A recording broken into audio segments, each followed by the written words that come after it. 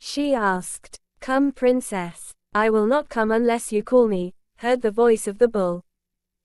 The screen moved. There stood a handsome prince. The princess was surprised. Are you a bull? She asked. The prince laughed and said, Yes, I was a bull by the curse. My form came back with your love, but I was in this form only for 3 hours at night. The rest of the time it remains a bull. It will be difficult for another 3 years. 3 years passed. A curse. ... Then one day, the princess went looking for him in the garden, finding that the prince did not return to the palace no matter how long the night went by. The prince was sleeping on one of the stones. A bull's skin lay beside it. An arrow was planted in the prince's head. Somebody shot an arrow when I was a bull. I was a man when I planted it, said the prince. The princess called the servants and took him to the palace and treated him with medicine. She burnt the bull's hide in anger. Then the prince got up and said, Alas! Why did you do that? Screamed. You can't see me, he said. Then thunder and lightning danced in the sky. Even if you go to the end of the world, I will see you, said the princess. When the prince said, Then seek me beyond the icy hill, beyond the sea of glass, it was suddenly darkened with a terrible sound.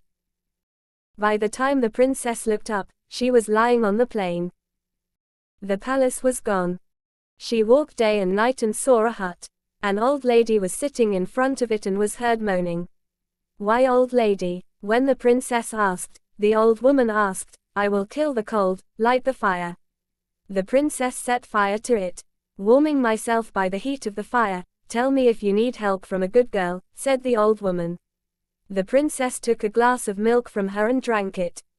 Then, do you want to go beyond the sea of glass, beyond the snowy mountains? She asked. The old woman gave both the slippers, a crutch and said, If you wear these slippers, you can walk happily on the sea of glass. With the help of this crutch the mountain of Manji can be climbed.